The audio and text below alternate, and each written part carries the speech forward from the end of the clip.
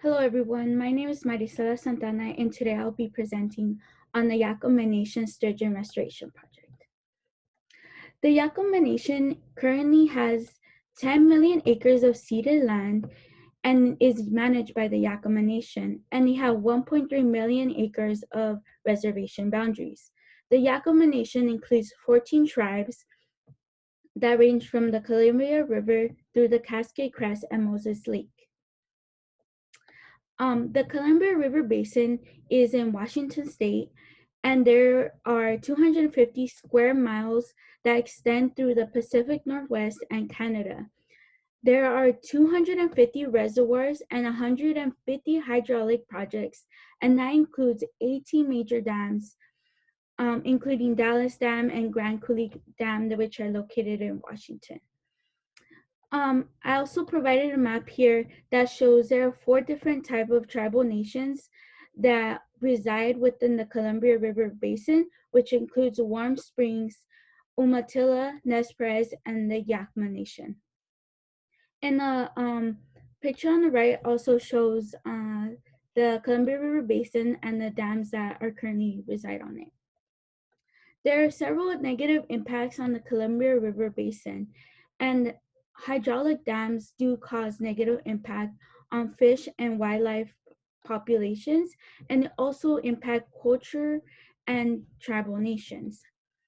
Hydraulic dams negatively impact the sturgeon that reside in the Columbia River Basin, and this started in the 1800s when commercial fishing started to occur, where many of the sturgeon were killed for caviar, and there was a point where 5.5 million pounds of white sturgeon were harvested for the caviar.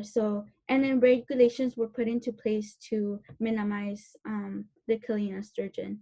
And in the 1930s, hydraulic dams were built, and this caused negative impacts to sturgeon.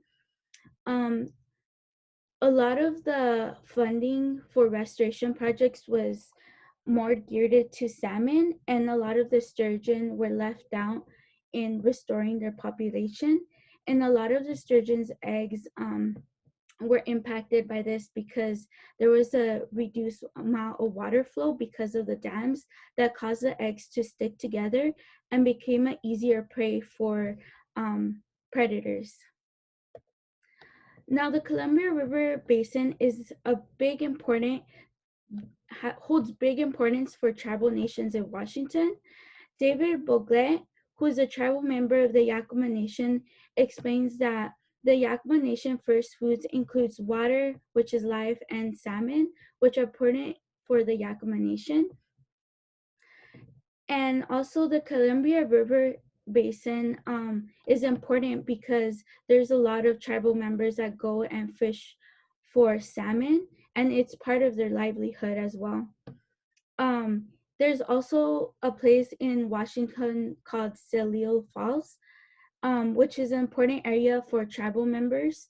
There's many tribes that have come together in Celilo Falls to fish for salmon and barter and trade.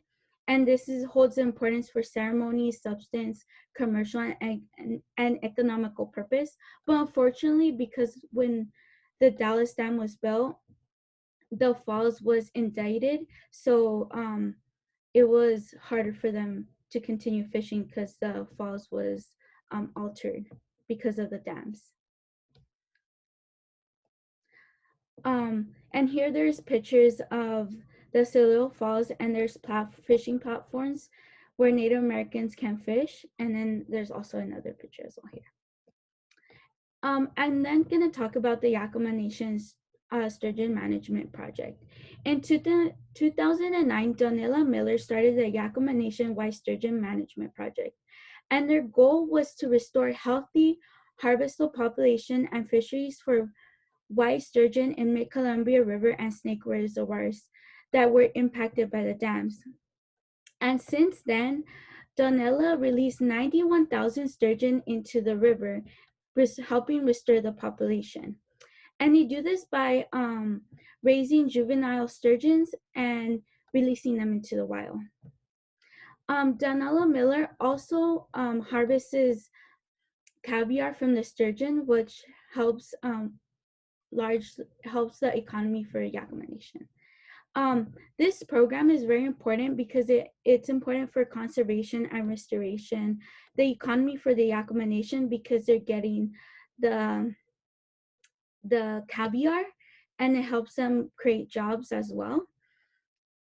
It also plays a cultural significance for tribal nations because this sturgeon is part of the Yakama Nation's identity and way of living. Not only that, but this project shows an example of sovereignty. Paul Ward, a member of the Yakama Nation, explains that sovereignty is important because they'll be able to make decisions that will help them in the future for their tribe.